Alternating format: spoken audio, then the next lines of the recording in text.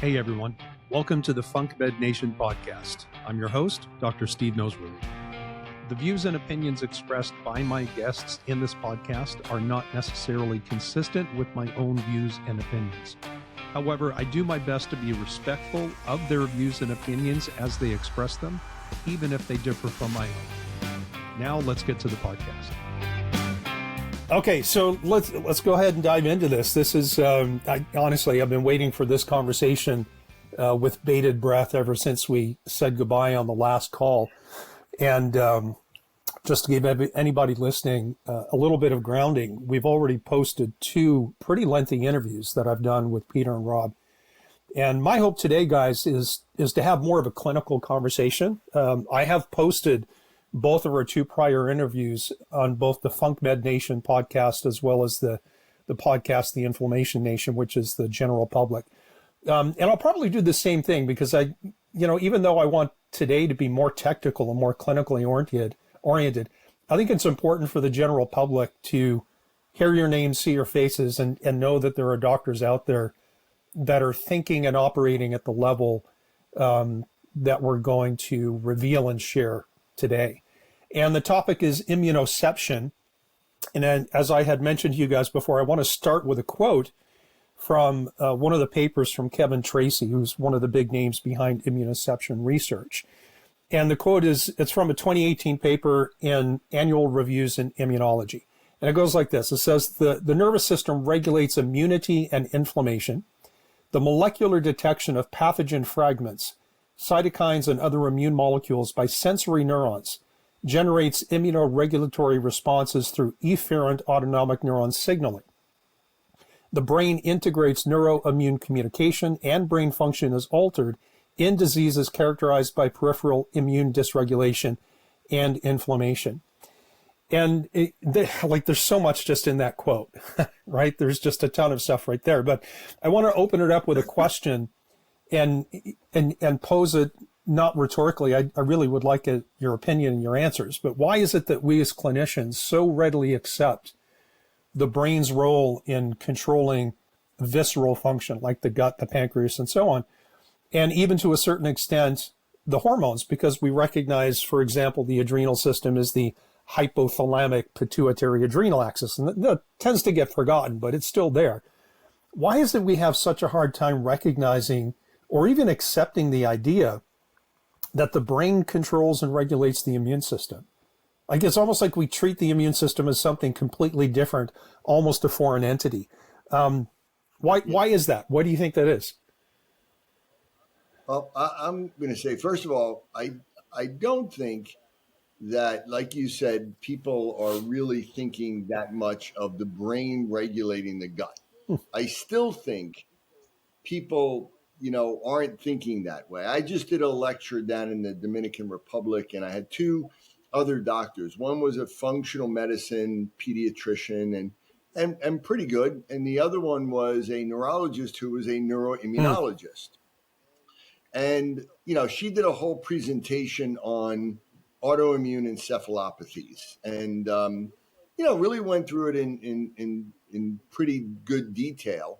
Although it was the more severe type things and things that could clearly be measured in the cerebral spinal fluid.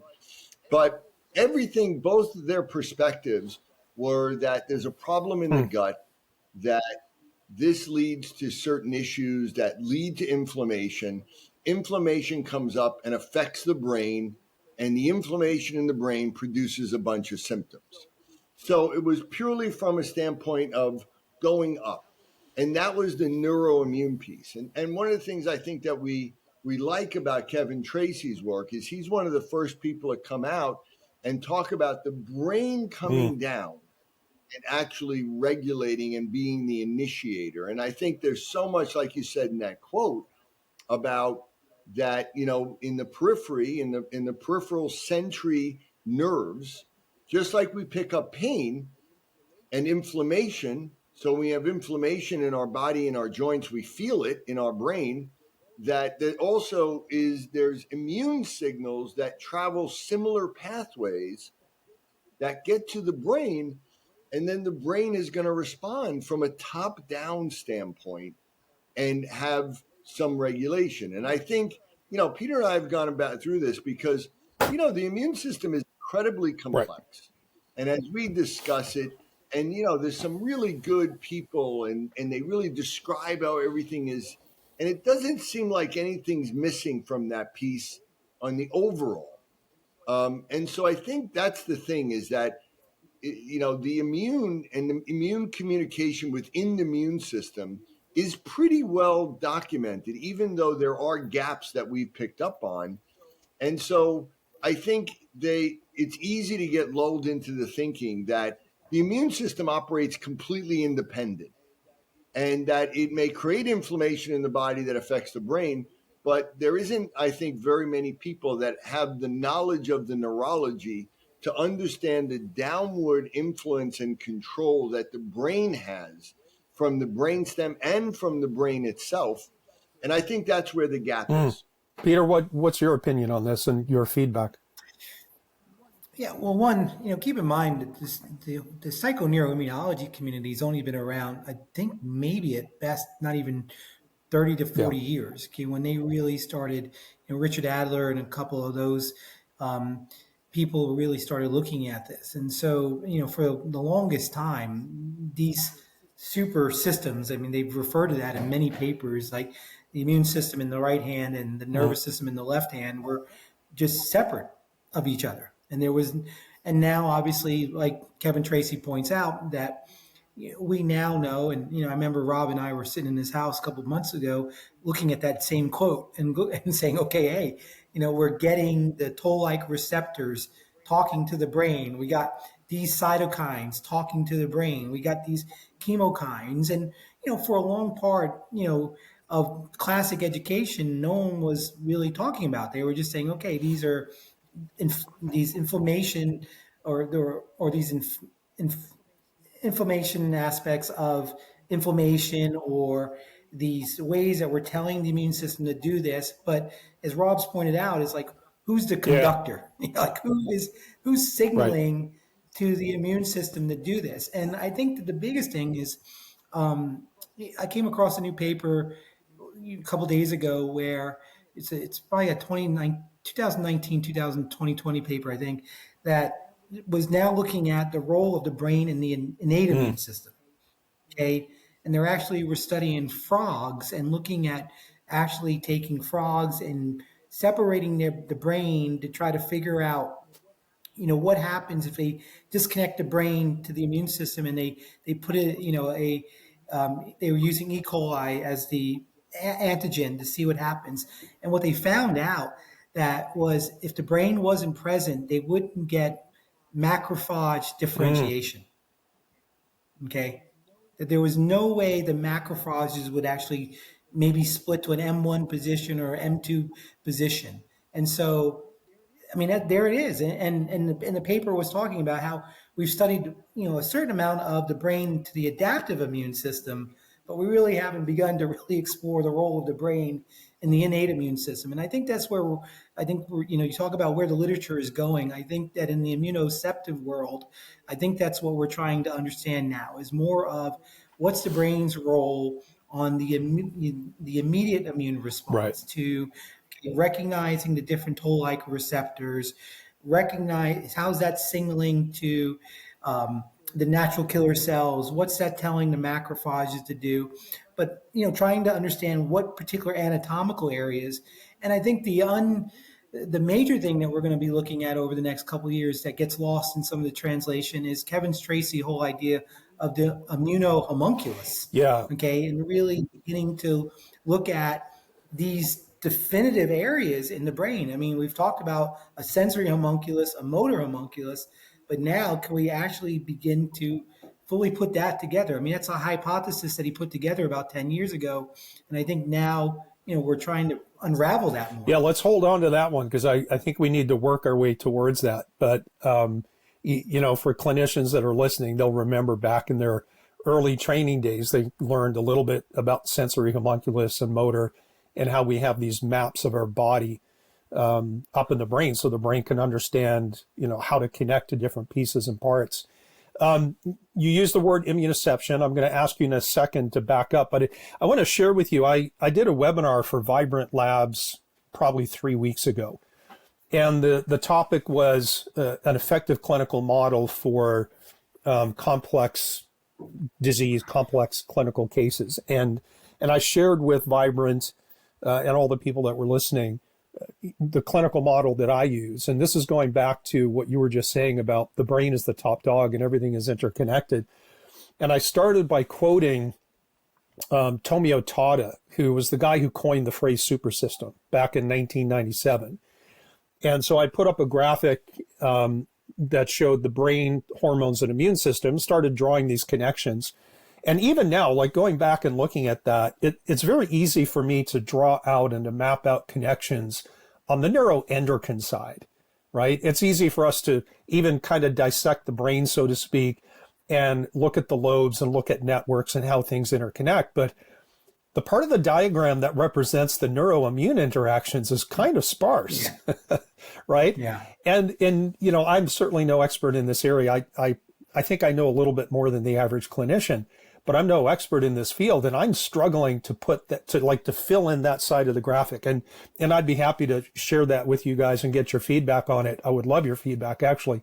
And maybe I'll put a link in the episode description that people can, you know, go to the web and look at that. But it's so, as clinicians, it's so helpful to have a roadmap, right? And what I'm hearing from you is that maybe this is where the research is going, is just like we have a roadmap from the brain to the motor system. We have a roadmap from the brain to the visceral system and so on, that maybe we'll have a roadmap to the immune system, right? So pausing that idea, and I'll toss this up for either one of you guys, define interoception, contrast that to exteroception, and explain to us, why it's so important for the brain to understand and have an interface with both internal and external environments. Well, interoception is really the ability for the brain to perceive what's happening in the body, really from a homeostasis standpoint, right? And this is really critically important because from the time a child is born, and we know that right hemisphere is active, more active in the first 3 years. So when the child is born, non-verbally, they need to be able to perceive and express to their parents or caregivers, you know, when they're in pain, when they're hungry, when they're thirsty, when they're cold, when they're hot, when they need to be changed, you know, or if they have gas or something going on in their stomach, when they're tired.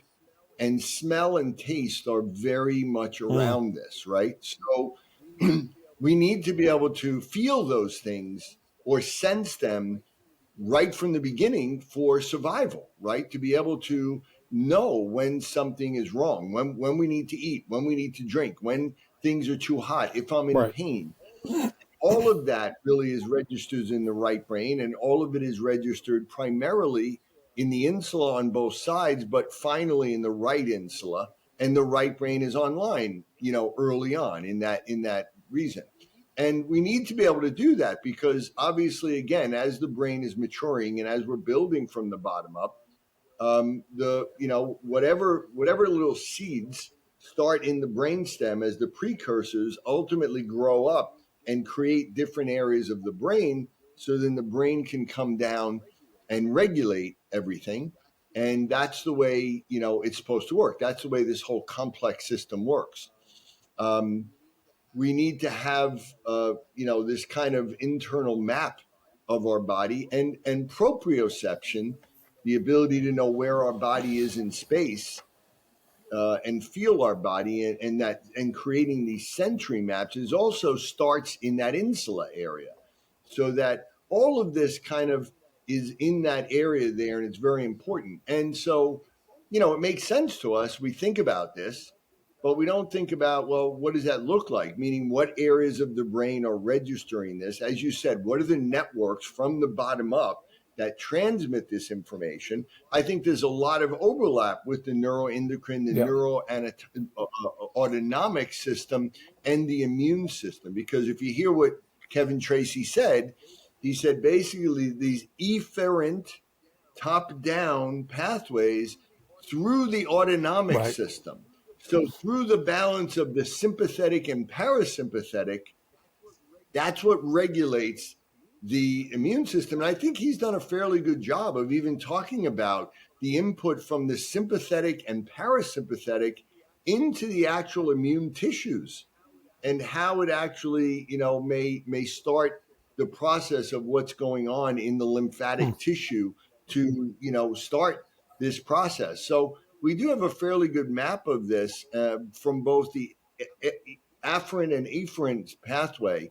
But interoception is really critical for that, because also all of our right brain emotions and most of our emotions are built on top of that. So first we sense things, and then we start to sense feelings that are superimposed on those. And then we're able to read those same things on other people. And that's the foundation of nonverbal communication and socialization, and ultimately emotional regulation and attachment. And then that leads to the desire for verbal communication. So this whole idea of being able to, survive and be around other people, and all really starts with interoception. And what we see is that, I think, is the biggest piece missing in severe autism, in nonverbal autism. Peter, I think that you and I probably have the same mindset on this. And in fact, I was just in San Francisco last weekend teaching our brain chemistry course. And I really made a big effort to trying to change the framework, like the conceptual framework of the docs that were there, and not just go through the standard material that we presented for 15 years, but do it, kind of in light of some of the work that you guys are doing, and attach it to developmental, neurodevelopmental issues and so on. And so with this concept of interoception, which is immunoception is one component of that, like some very common clinical manifestations of interoception would be, someone having their blood sugar drop and then triggering some kind of an anxiety event, right? And I don't know that there are many clinicians that make the connection that it's actually the brain that's causing all of this, right? They think, well, it's an adrenaline dump and that's why, but really still it's, it's driving in the brain. So we have all kinds of different types of interoception. Rob, you mentioned a whole bunch of them, like, hunger and thirst and temperature and all these different things. But we also have these chemoreceptors that sense the constituents of the blood, right? Glucose levels, hormone levels, all this kind of stuff. And now, so let's focus in on this concept of immunoception, Peter. And I know that this is like your deal. Like, of course, you're a more well-rounded, you're not a one-dimensional clinician, but this seems to be like a passion project of yours, is to really understand immunoception and bring that into the world of functional neurology. So define it in maybe more discrete terms than what we've defined so far. And what I'd like to get at, Rob, you mentioned that this happens, it's mediated through the sympathetics and the parasympathetics. Like where, and you also mentioned the insular cortex. So where does all of this stuff happen? Is it a discrete network? How highly organized is this system? How predictable and reproducible is it from one person to the next? That was for you, Rob. I'm sorry. Sorry, Peter. Go ahead. Well, I mean, I think for starters, the challenge for me right now is trying to figure out, like, how do we measure some of this stuff, right? How are we measuring the different relationships of the immune system? I mean, I think that's where, I'm looking at, when I'm looking at a client, you can obviously see like sickness behaviors. You could begin to see how people are, perceiving their reality of their, somebody with anxiety or somebody with depression, or somebody comes down with a cold and they adopt these behaviors that, I'm feeling sick today, I'm going to go lay down, or I feel, once we have these things where we always say like, oh, I feel like I'm getting a head cold. Okay, well, how do you feel that? Well, that's the whole idea of what interoception is, and this immunoception component of it is that I'm getting these signals that are coming from my body, or I sprained my ankle. Okay, can you sometimes you don't have to just look down and see that your ankle is swelling, but you actually can perceive that, hey, I'm hurting, I'm feeling pain. And so I think that trying to get patients to understand that one, when our immune system turns on and begins to activate, it's going to go through these very stereotypical responses. And I think that that's where some of the immunoception research is going, is that we have these very specific responses that the immune system makes, and makes it in a very stereotypical way, very much like our motor system does. Like, we have our motor system that does these particular outputs that are somewhat reflexive, okay? Or we know that they're reflexive, and then over time we can build a complex motor task, and that in itself becomes a very learned response. So I think that that's what we're seeing in the immune system, is that we're now seeing this choreography that happens within the innate immune system and the adaptive immune system, where when we engage ourselves in a certain type of response to maybe a pathogenic response, or we're dealing with some damaged tissue and we're getting a damp response, that we're going to have this very specific response that the immune system is going to coordinate using a various amount of cells that are in the innate immune system, or calling on the adaptive immune system. But then what happens is that then the immune system now makes this memory of it. Okay. So that way, when it happens again, we now can mobilize much faster. And this is not necessarily like talking about our adaptive immune system and our antibodies being made. We're talking about the choreography of all the responses of the immune system that happen to that given moment of tissue damage or a pathogenic response in that aspect. And I think that's what we're beginning to figure out about this whole concept of immunoception, is the idea of how it's all choreographed. Okay. And how you're seeing, what cells that are coming online at certain moments. And I think, back to how we do things in movement, we know when we go to move our body in a certain way, we know it's going to involve our cerebellum, and what parts of our cerebellum, and our basal ganglia and our frontal lobe. So now, when we encounter a certain pathogen or a certain inflammatory response, we're going to get this very stereotypical choreography of the immune response. And then the immune system is then going to, in the insular cortex, going to have these kind of like files that they have now, and they know that, okay, we do this immunologically when we encounter this.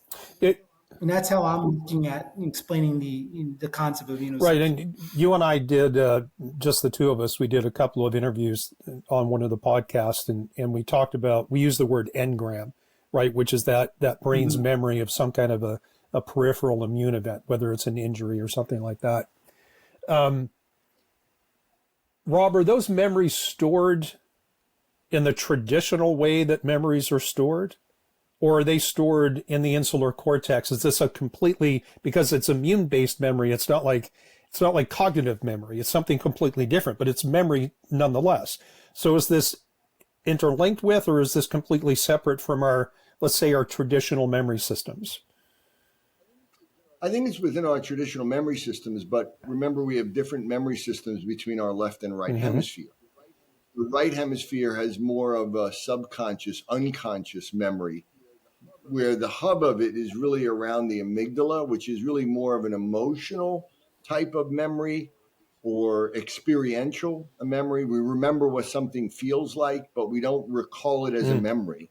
Whereas factual memory, episodic memory, declarative memory, conscious memory is really generated more through the left hemisphere hippocampal networks.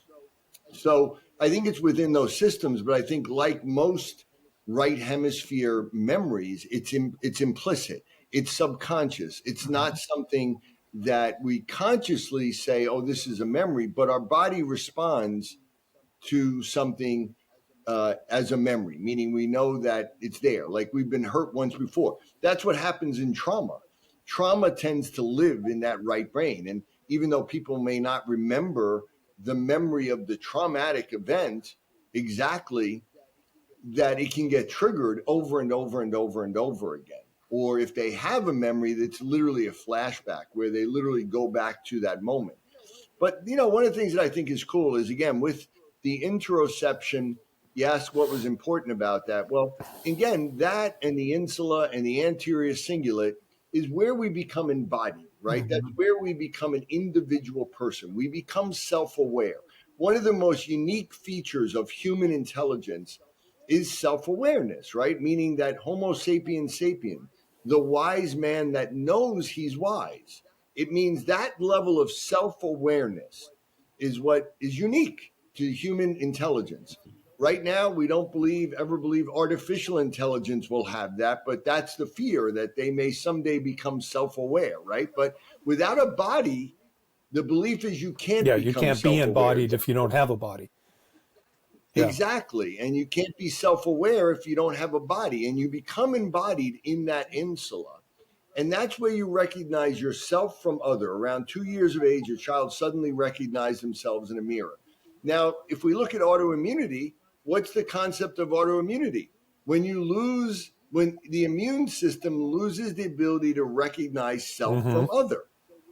So where would the memory of that or the concept of that be regulated in the same area that we understand ourself from other? As a body, we also understand our immune system from self from other. And so you look at that and say, if there's a dysfunction in one, when you have lack of interoception, you also often see, this very high level of autoimmune reactions, eczema, food sensitivities, PANS or PANDAS reactions, autoimmune encephalitis. And all of it is really related to that regulation of those things. So if I heard you correctly, the right brain, and you've said this many times in your interviews, that the right brain develops preferentially, right, in the first 3 years of life. It's not that the left brain doesn't develop, just the right brain develops more efficiently and faster. And the right insular cortex, and I would imagine to a certain extent the parietal lobe, because they would have to communicate together to have this sense of self. What I'm hearing you saying is that has influence over what we would say from a functional immunology standpoint, the concept of self-tolerance. And when we lose self-tolerance, we start to generate autoimmunity. So what I'm trying to ask is, how predictable are these relationships? Like the right brain controls or generates tolerance, and when we lose that, we lose tolerance, and we have the expression of autoimmunity. Is that always a right brain or right hemisphere function? And if that's true, what is the left brain responsible for? And again, back to a question I asked before, how repeatable and reproducible is that from person to person? Is this part of our developmental blueprint, meaning that it's predetermined that those parts of the brain are going to control these aspects of the immune system? Or is that much more experiential, like developmental from the standpoint of, as I have lived and experienced these inputs into my system, my immune system and brain have developed this relationship, and it might be different from somebody else's? I mean, I think personally, because the insula is online so early, these are all developmental. So even when we talk about the right brain and the left brain becoming the right brain and left brain, it's almost all experiential. It's almost all non-genetic. That's what makes the right brain, and the left brain, the left brain. The timing of it is what makes the difference, right? And I think it's very, very predictable. But what we often see is that when something alters that timing mechanism, it may alter how the brain is developing and regulating itself. And that is what leads to these different developmental imbalances that we see. So I think it is very reproducible from a standpoint of that, we know that the right brain will, in general, if it develops appropriately, will do things. It's more involved with bottom up. It has a lot to do with, proprioception and feeling our body. And there is an overlap, as you said, with the parietal lobe, because the insula parietal vestibular cortex, the border of the insula and the parietal lobe is the primary vestibular cortex on the right side, which again helps us to develop a vestibular and sensory map as well as a somatic topic map. So it is reproducible, but so that it is predictable, and so therefore we can use this to actually change things. But when this is altered in some way, that's where we see a problem, and it's almost always from a developmental perspective that this is altered. So, I'm sorry. Go ahead, Peter. And what I was going to say, I think to Rob's point, one of the things we've seen over his career and what we've seen over my career is when you look at these kids and you look at these developmental imbalances, there tends to be these almost like trademark symptoms that they have. That, we look at autism, for example, we always see, for the majority of cases, if not all of them, underdevelopment in their GI system. Okay, so many of them have upregulated atopic presentations of eczema or skin rashes, or history of that, and then they tend to be a very overactive immune response. That when they do get sick, they get an immune response, and is it enough to knock down the infectious agent, or it lingers more and they don't get a contraction of their immune response? And so I think that's, and when you look at the laterality research, the research goes back 30 years. Unfortunately, the major brain laterality researcher for the immune system passed away several years ago from cancer. And unfortunately, not many people picked up his work. But, the basis of it was that, the left brain tends to be more the activator of the immune response, and the right brain tends to be more the inhibitor of that. And I think what we've seen over the years is that when you have a more dominant left cortical development, especially a progressively early onset of that left brain development, okay, are we seeing these higher instances of autoimmune types of presentations with these young children? And our experience has taught us is as we start to establish more right brain dominancy of the immune response, that we tend to bring that back in line.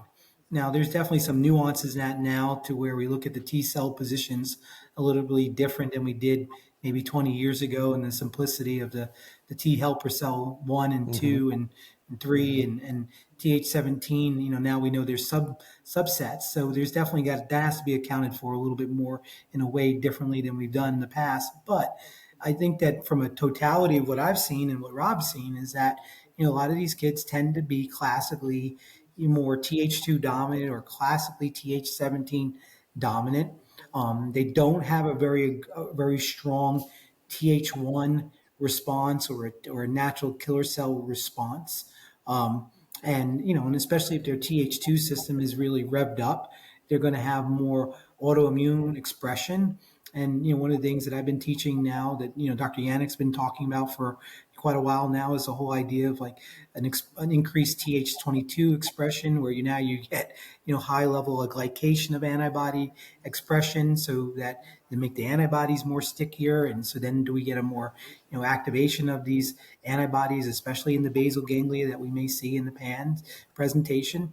But I don't think the answer is just purely trying to promote a polarization shift. I think that's part of the answer, but the bigger thing is this top-down modulation of the immune response and trying to get that right brain to come online more, so we do get a more developed gastrointestinal system, so that every child that we treat doesn't have to stay on glutamine and dry licorice and all these products for years and years and years to try to treat their gut. Yeah. Because what is, if you're looking at this from like Rob's point of view and saying, okay, are we looking at this autonomic dysfunction, and are we looking at really more a heightened sympathetic response, and the fact that the parasympathetics seems to be more governed by the right side of the brain? Okay, so if we're shifting towards a left-sided early development, do we get increased sympathetic outflow? And obviously we're seeing that decreased parasympathetic aspect. So I think for us, I think our database is much different than most people. And I think that's why we can be probably very more convicted to say, listen, you fix the laterality, or you address the laterality, you are going to address downstream neuroimmune consequences. And we do see children, do better with gut function and do have better overall intestinal function. They don't seem to get into intestinal inflammation quite as much. They don't seem to have to constantly be on guard for so much contamination to food responses, because their system does finally calm down. And is that the brain work that you're referencing there and the changes in gut health and function, is that with or in the absence of, say, nutraceuticals that are designed to get rid of infections or support healing permeability issues? I think, from my approach has always been you kind of using those as you're modulating the immune response. You're trying to modulate that T cell polarization, and you're trying to maybe cut down on the gut inflammatory stuff while you're trying to build the brain. Okay. But as long as because if you do nothing but just do that, like most of the functional medicine world, we see it all the time. Their parents are walking in on supplement after supplement, and they haven't changed that immune response, or they haven't changed that gastrointestinal development, because they haven't done the bottom-up development of the brain, and then getting that bottom-up interference out of the way, so that way now you can get those higher cortical networks to finally come on and do their inhibition and maturation of certain areas. And so I think that's the biggest thing, is that, you do those, we use these T cell supplements and way we're trying to modulate the immune response, but to quote unquote get a more permanent effect, it's got to come down from the maturation of that right hemisphere. I think a good practical example, Steve, is kind of jump on what Peter was saying before. Most of us know, we've all experienced where we go, oh my God, I feel like I'm getting sick. My throat starts to get a little thicker feeling, and I'm just not feeling great, right? And that leads to what we call sickness behavior. Any behavior, for us to be able to perceive that, it has to be happening in the brain. Absolutely. Right? We have to register that, where somewhere we go, oh, my throat doesn't feel good, and I know I'm getting sick. And so the immune system, and no one's ever really thought about that or really said, oh, well, okay, so we must be perceiving it in the brain. So then the brain is going to react some way. That's what it does, right? It feels things and then it reacts. And that's what Tracey's work was really, I think, really on the forefront of. But he still stayed kind of low down in the brain stem and the lower part of the brain, didn't really completely bring in, the upper part of the brain as much, like the orbital frontal cortex, which plays a role in that, and other things that play a role in it. But it's just for somebody to think about it, like, okay, your stomach doesn't feel good. Or you ever had a chance where you ate something and you just didn't feel right. And then, a few hours later, you were puking your brains out. But right as soon as you ate it, you didn't feel right? Where did that, you perceive that somewhere. We have to perceive it in our brain. And where we perceive it is in that insula and in the homunculus. If we can localize it, it's in our homunculus. And then there's an efferent reaction to that. And there are pretty well-known pathways that we know that do all of that. Rob, I'll direct this to you, because I made the point when I was teaching in San Francisco that, there's so many cases, and I'm not talking about like kids on the spectrum right now, but just, generally across functional medicine clientele, that people come in and they have a leaky gut. They might have some, like an altered circadian rhythm, and we do some supplements, we make some lifestyle adjustments, and those things sort themselves out. And I made the point that whenever you are doing what you think you know to be right from a nutraceutical dietary lifestyle standpoint, and you get these resistant patterns, like you get the leaky gut that either never goes away or always comes back, or you get that abnormal circadian rhythm that just doesn't smooth itself out with the standard practices, I made the point, like, you've got to think about the brain in those circumstances. Would you agree, and how might you modify that sentiment?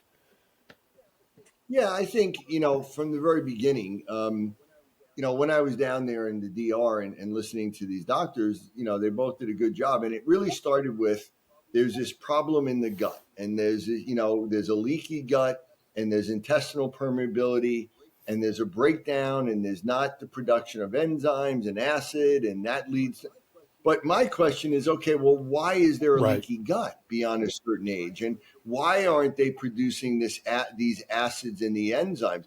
There's a step, and that's where I think it starts in the brainstem. The brainstem is not coming down from the beginning, and the gut starts out leaky and open, and the sympathetic nervous system is on full when we're born, and the parasympathetic nervous system isn't. So that's how we start life.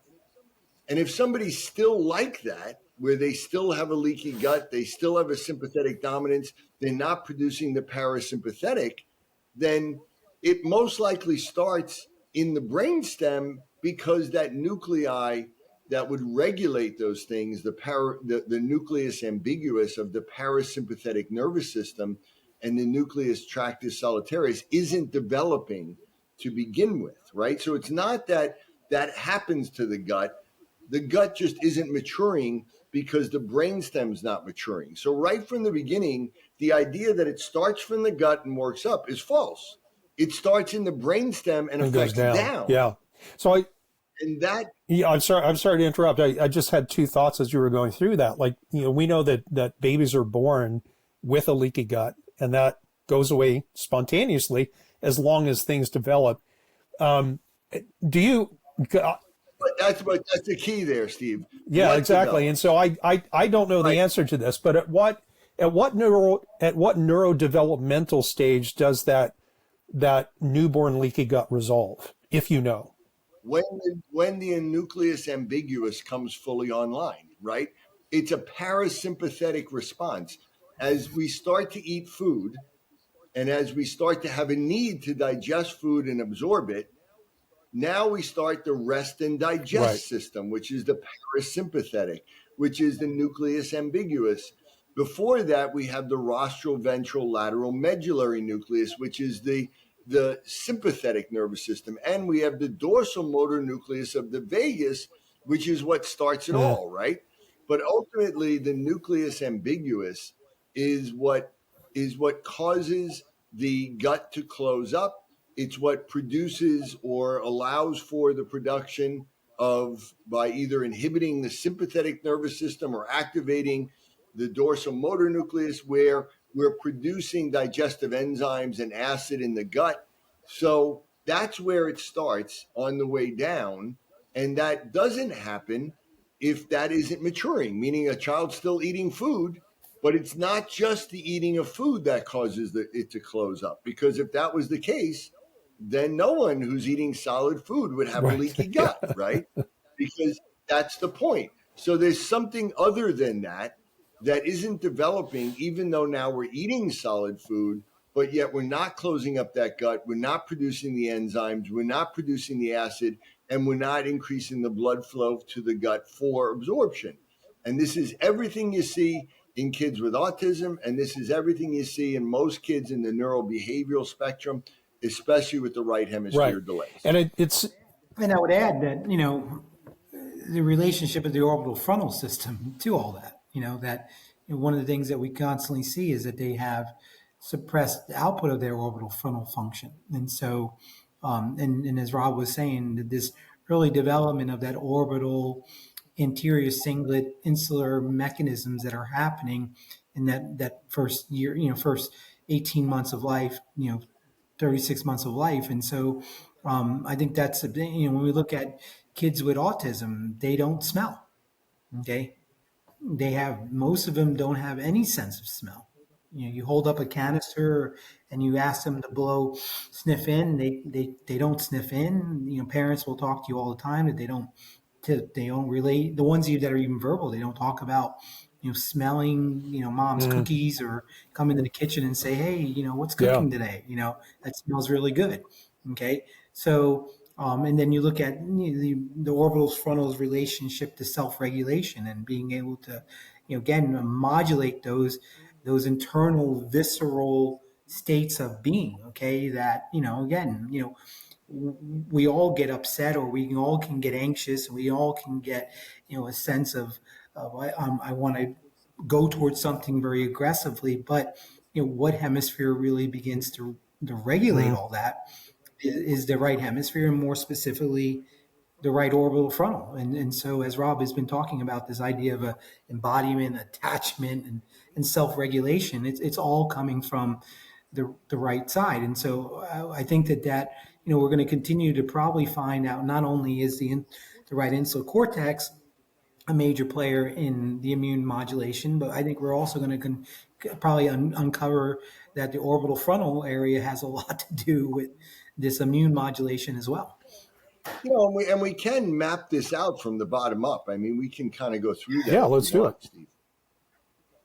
Okay, so again, in the periphery, as Tracey talked about, we have these peripheral nerves that are in our tissue and sensing. We have an infection, we have inflammation, we have something going on. And just like we perceive pain, we perceive that there's inflammation going on. We perceive that, what's happening. We perceive the presence of these foreign invaders through the sensory neurons. And all of that afferent input really comes through the vagus nerve. There was a recent paper recently that showed that the use of probiotics had a direct relationship on activating the vagus nerve, right? So from there it goes up and it goes into the solitary nucleus in the medulla, in the brainstem, and from there, then there is a regulation of, like I said, the rostral ventral lateral medullary nucleus, which is the sympathetic, the dorsal motor nucleus, and the nucleus ambiguous, right? So from the NTS, it's going to go to those areas, and it's going to feed information to either activate the sympathetic or parasympathetic there. But then from the NTS, it goes into the parabrachial nucleus near the dorsal vagal complex. From the parabrachial nucleus, that goes to the paraventricular nucleus of the hypothalamus.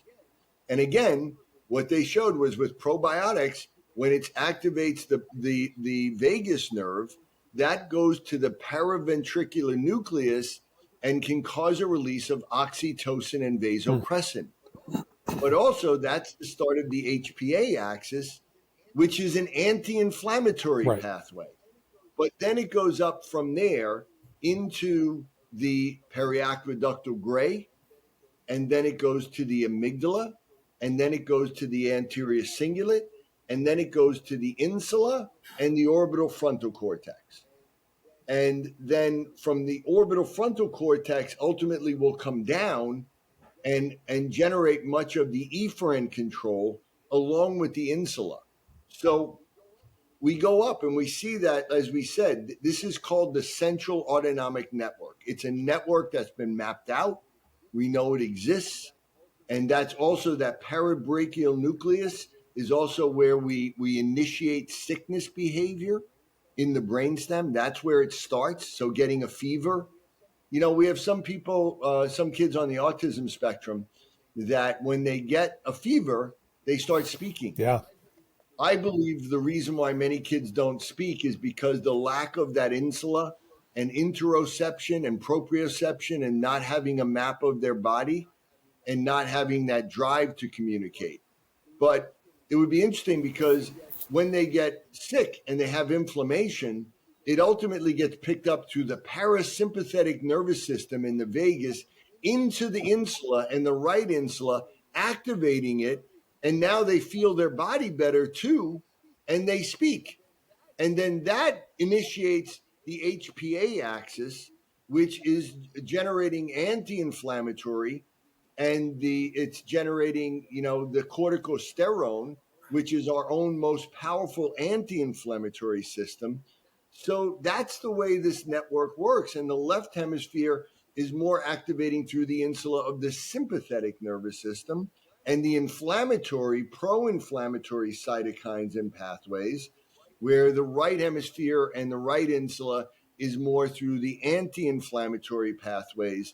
And that is the way we see it working right now. Peter, on that last note with pro and anti-inflammatory systems, do we have it? Like, I remember back when I first heard about this brain immune connection, people were talking about like lesional studies where, for example, the one that sticks out in my mind is if you damage the cerebellum, you lose your natural killer cell population, for example.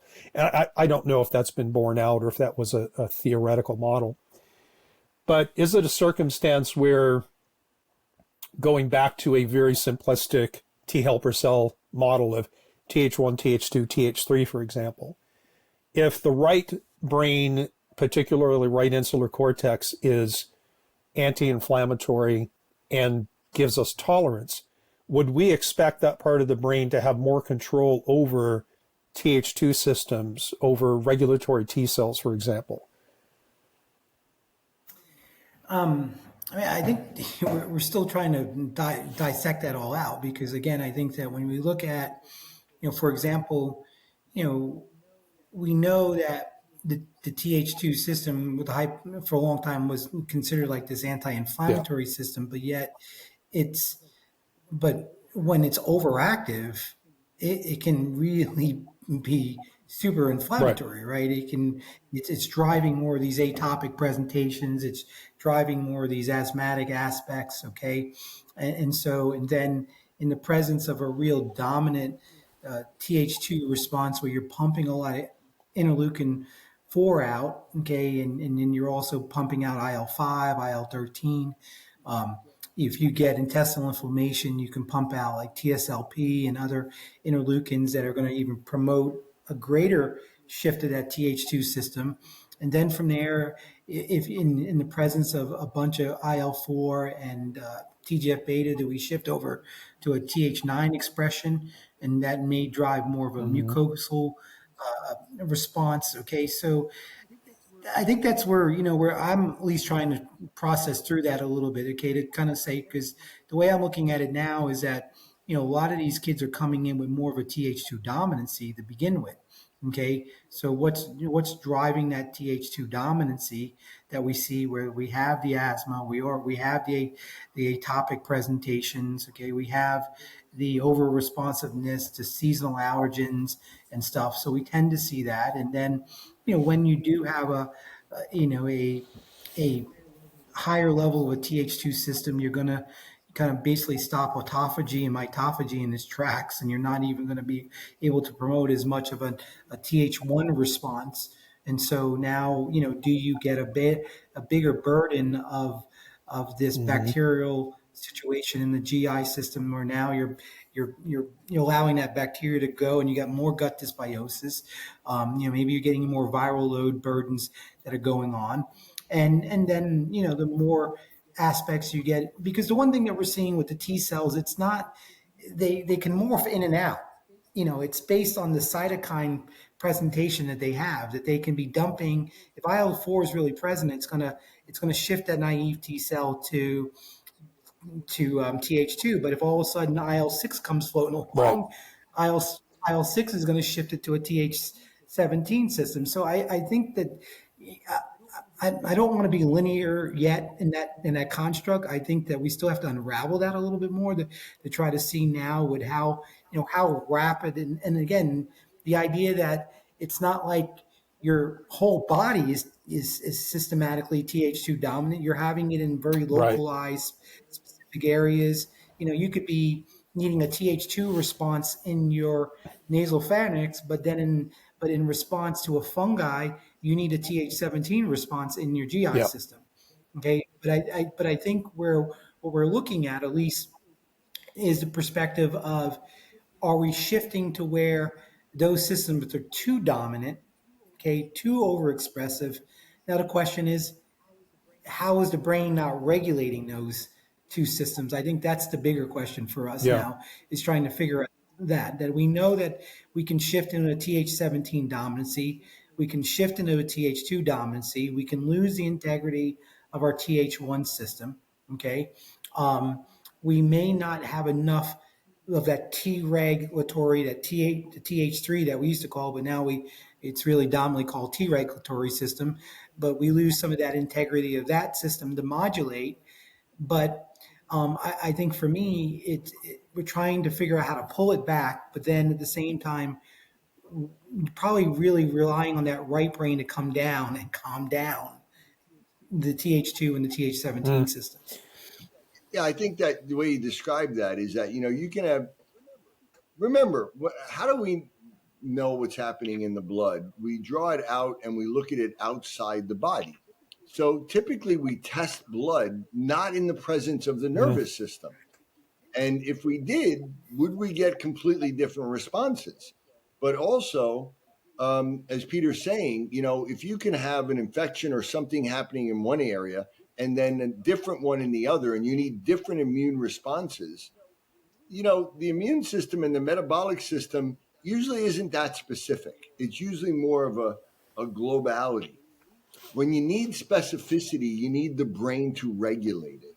You need some sort of like somatotopic map in our brain, like a homunculus of our immune system that would say, okay, I'm perceiving this in my right shoulder and I need to do this there to the immune system. And the immune system and the brain can regulate the release of these cytokines so that it promotes more of a inflammatory response here, or maybe an anti-inflammatory response here, and that they're like neurotransmitters being released or being modulated by the brain, modulating the release of those cytokines, which is orchestrating what's happening in the T cell polarization and what they're doing and where they're going and all of that. So I think the fact that it may be that specific just speaks to more and more that the brain has to be taking the main role in. So is the primary role of the brain in the neuroimmune axis, is it to assist in T cell polarization to shift the population of different types of cells, or is it to change the behavior of cells that are already there to make them more active or less active? I think that's a great question. I think it's probably both, to be honest. I think that, you're trying to, because again, especially with these T cells now, I mean, we're finding out they're not static, right? They can change on a dime, and then they can, let's say you go from a naive T cell and you shift to a Th2 cell, and that effector cell relationship. But these effector cells over here can then change on a dime to another T cell position, right? Based on the climate of what's happening, and really, based on the signaling probably from the immune system and how antigen presenting cells is happening, and what is the co-activation that's happening there, and what toll-like receptor is presenting that relationship that changes the morphology of that T cell. But again, I think that, as Rob has said, is that I think the elegancy is going to be here, the idea of like how the brain is signaling down. And I think we're going to see some breakthroughs in how the brain is telling, because the innate immune system is giving the instructions to the adaptive immune system, right? And so we now, I think, are trying to look at what is the brain doing to the innate immune system. And I think Kevin Tracey was beginning to kind of, and his team there were beginning to put some of the understanding to, okay, what can happen with a certain macrophage, or what can happen to a certain neutrophil, or this whole classification of innate lymphoid cells that, have just been discovered over the last, say, 10 or 15 years, that we're barely beginning to understand what they do. Like we have innate immune lymphoid cells 1, 2, and 3. 1 tends to be associated with a Th1 system. Innate lymphoid cell 2 tends to be associated with Th2, and Th3 tends to be the innate lymphoid cell 3. So, I mean, that's a whole nother scenario now. So, again, I think that we're going to be starting to see where we're going to understand a little bit more of the way the brain is discretely instructing the cells of the innate system to do what they need to do, and then how they're going to go and then tell, okay, the T cell system to do what they have to do, or the B cell population to do.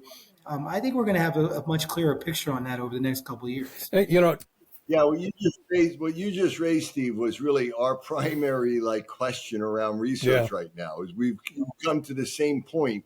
We're like, wait a second, okay, and nobody that we're aware of yet has really answered that question that you just asked, and it's really great that you got there because, again, you only because you have a lot of knowledge, you're at okay, yeah, so this, and so we don't know the answer to that yet, but that's where we want our research to go, and we think that's going to be really important information. Right. So going back to what you were just sharing, Peter, about the different TH systems, like where we've been able to measure, for example, CD4, CD8 populations for decades, right?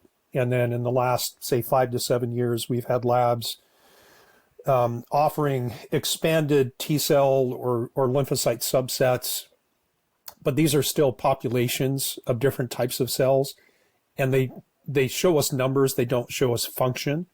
And we have other labs that will show us cytokine levels.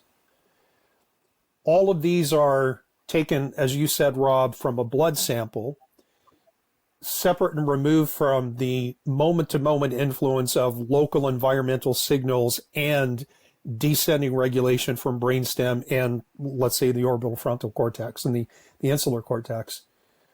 But on top of that, they're an amalgamation of all the different compartments of the body, right? And for example, if you're working with like an autistic kid with a gut problem, you would love to know what's happening immunologically in the gut, not just the cell populations, but their activity levels. And if we're dealing with an adult, say with Hashimoto's, we're trying to understand the immune system, we pull a blood sample and it doesn't show kind of a classic Th1 dominance that we tend to expect. Like we can't really make any conclusions about the thyroid and the Hashimoto's process from a sample of blood that shows the amalgamation of all the immune processes that we're able to measure, right? And so the more that I learn about immunology and now bringing the brain piece in, the less satisfied I am with those as clinical tools. Now that's...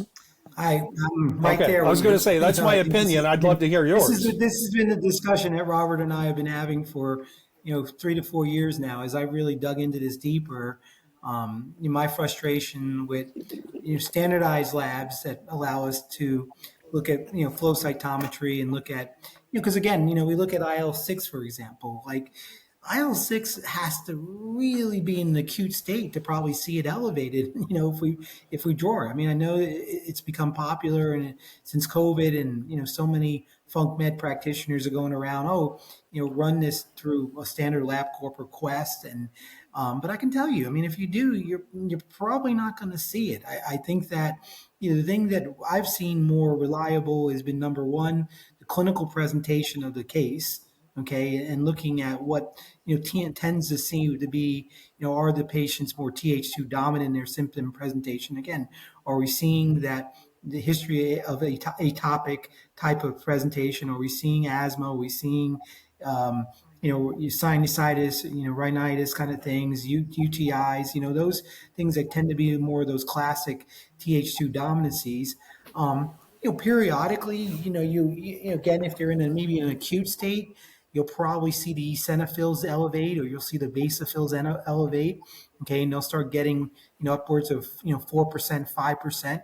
I mean, right now the research out there on mast cell testing. I mean, people talk about it, and I know there's a couple companies out there that are saying, they can look at mast cell activation and pinpoint it. Maybe they can, and maybe it's a useful test. But I just go based off the symptoms of what I perceive to be more of a mast cell type of activation, and start down regulating.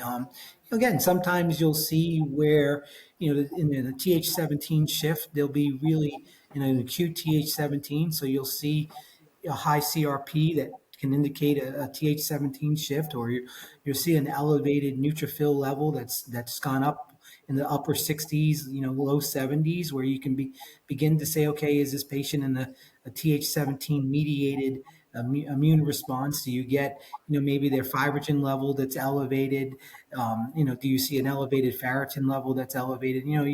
Again, those classic acute phase reactants. But in a chronic case, you may not see all of that completely elevated. So I think for me, it's coming back to trying and then trying to catch the interval of it too. I think that's the other big thing I've learned over time is that with lab testing, especially like with antibody testing. Okay, I think one of the, I think the brilliant, I like what seems to be what Vibrant's trying to do, and even Cyrix is trying to do. But to me, I think the problem with those two is that they're cost prohibitive to be able to try to catch the contraction and expansion of the antibodies. Yeah, and it's like it's okay? a snapshot in time, and like you said, like these are very dynamic environments, right? Very responsive to shifts and changes in those local environments, and it's like. And they're just like you brought up with the autoimmune patient with the Hashimoto's, okay? At least with TPO antibodies, right? That's a pretty, you can get that through a conventional lab and get a, fairly Right. inexpensive number, and you can serial it. You can look at that over a period of a 2-week, 30-day, 60-day window, whatever that window is, and be able to look at it more. And then again, the question has become like, if we're looking at it now more from the antibody glycation standpoint, is that you might have a low antibody level and it's out of range, but it's low, but yet it's a very aggressive response. Okay, as opposed to the person that has a high antibody level and maybe they're not having a lot of symptoms. So again, back to this shifting of the TH17 system into a more advanced, TH21 shift, you're going to get that response to where, now the antibodies are more, more glycated and they're more sticky. And so now they may be more, attacking that particular target tissue. And so I think, I think with labs, I get frustrated because I do, Dr. Rob and I get asked all the time, like, will you use this lab? Will you use that lab? And I'm like, I don't know yet. I'm not convinced that those labs are going to give me the clinical picture that a good case history is going to give me. And especially when working with, some of these children that, coming in right off the bat that at 2-3 years old, they already shifted to a Th2 dominancy, and we can see it pretty quickly. And so we start modulating that down with some of the supplements we're using. And then, obviously we're treating the brain more, and we can get around that pretty quickly. Yeah. Rob, going back to the idea of neurodevelopment and progressive stages, would you go so far as to say that as the right brain comes online first, that it has a preferential influence over innate immunity, like neutrophils and monocytes and natural killer cells, for example? Or are we still in that place of we just don't know? Like we have suspicions, but nothing's truly mapped out with high detail yet. I think the way it works, Steve, is that, from a bottom-up perspective, all of the, again, seeds of what will become areas of the brain start in the brainstem.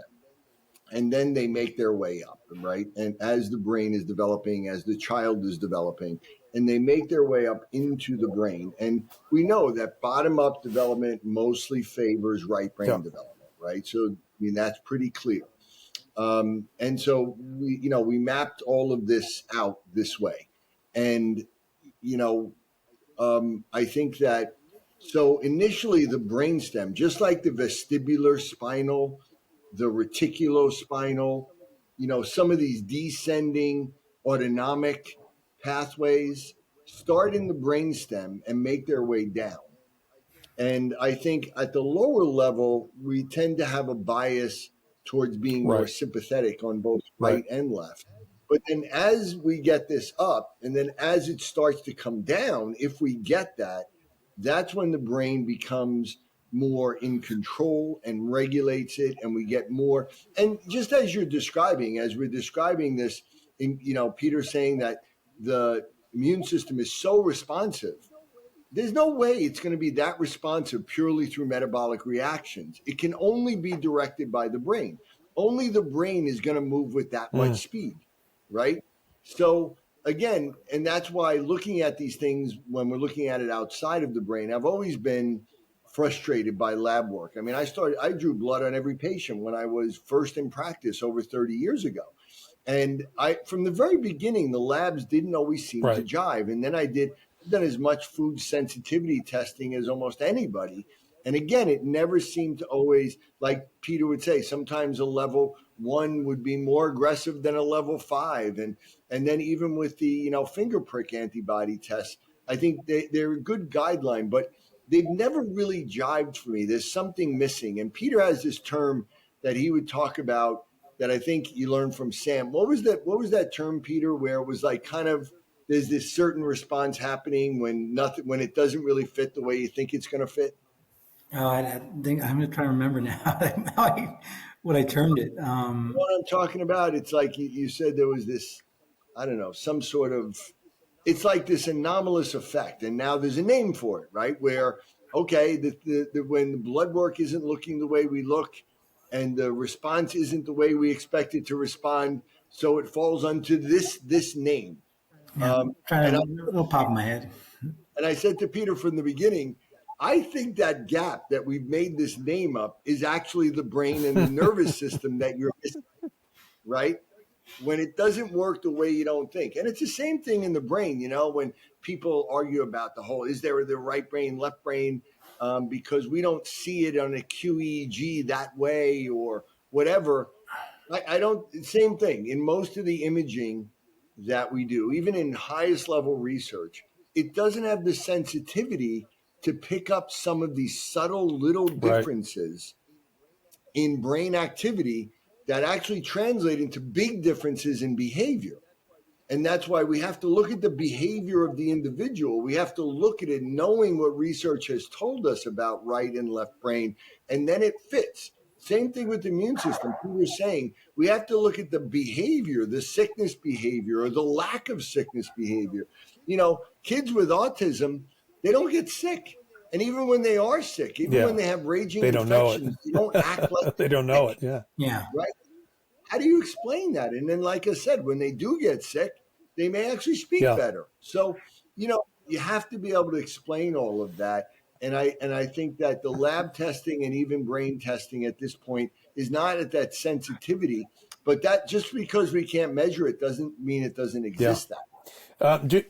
Yeah, and to Rob's point too, I mean, one of the things I think the frustration with labs too is that are they making their labs even too sensitive, right? To where, that they are wanting you to use their services so much that they narrowing in their sensitivity a little bit more. So I think for me, we're trying to put together an immunological labs of what we can hang our hand on the most, okay, and say, all right, hey, we feel very, we run a vitamin D, okay, we can put a lot of stock in that, okay. If we can run like a CRP number, I think there's, some real stability in that, okay. So I think where you're trying to find stability markers, but I've run, panels where I've done TMB lymphocyte natural killer cell panels through Quest or LabCorp, and didn't come out to match the presentation that I thought was going to happen. And, and then you go over here and you might run, what Cyrix has developed with their cytokine panel, and the same thing. It just doesn't seem to match. So I think for me, I'm always trying to look at the clinical picture of the case and the symptomatology, and then do the best that I can with, some labs that I think are, not too over expensive that we can measure and then try to get a serial pattern of that relationship. And I think, for me and what I've taught in Robert's course over the last 3 to 4 years is that, just doing a simple CBC, because it's so simple to reproduce, okay, and kind of see the trends, and you can see just the trends of the eosinophils, or you can see the trends of the neutrophils and stuff. And then, if you see a lymphocyte panel lymphocyte number that comes up, all right, maybe I do need to run a TMB natural killer cell profile and see that. But I mean, I don't think we're trying to tell families that they got to run all these sophisticated labs to get that. I mean, that's not where we're at right now. And we're just not satisfied. Yeah, and I would agree. I would agree more often than not, like a lymphocyte subset panel doesn't match my understanding of the clinical problem, and maybe the problem is with my understanding. But I've also found an issue with okay, so I have this pattern of whatever dominance or deficiency, and here's a set of recommended supplements to change that, and I have not often see that change within what I consider to be a reasonable period of time, even though I might see clinical progress, right? And so that's, for me, that's when I started to go, okay, really, where does this fit in my bag of tricks? And so I've de-emphasized all of those things. And I think that's true. I think there's an element of, one, I always look at, one of the things I've talked to Rob about is that, sometimes, using just only a couple products might be giving us a chance to go vertical and be able to push the physiology enough. And then at the other times, also the idea of, how underdeveloped is the brain? And even in adults, adults obviously can have these dramatic hemispheric imbalances. And again, if you feel confident that, hey, your clinical plan is from a metabolic or neuroimmunological level, solid on the immunological side of things, then probably the other equation of it is the neuro side of it. And we haven't dug deep enough into, looking at, retained primitive reflexes on these adults, underdevelopment of these systems, these early systems of the brain that still are impacting the way their psychoneuroimmunology is working and their endocrinology. Yeah. So, do you guys have any time limits, or do you want to keep going? I got another call at 6:30 my time, so I only have about another 20 okay, minutes. So as always, I have more questions. Yeah, I got a few more minutes and then I got to run. Okay, so are you guys okay to go? Because here's what I would like to do. I'd like to dive into the insular cortex. I'd like to talk to you guys about its functional organization, its network connections, how you might assess it, how you access it to change its behavior and its function. And then maybe talk about some cases that you guys have done. And obviously that's a much longer conversation than just 20 minutes. So are you guys okay with scheduling another one? Mm-hmm. Awesome. Yeah. That's awesome. Fun. Yeah. So I appreciate it, you guys. You are both a wealth of knowledge, and the whole point of the Func Med Nation is to share, learn, grow, and be inspired. And you guys are fitting the bill. So I appreciate your time.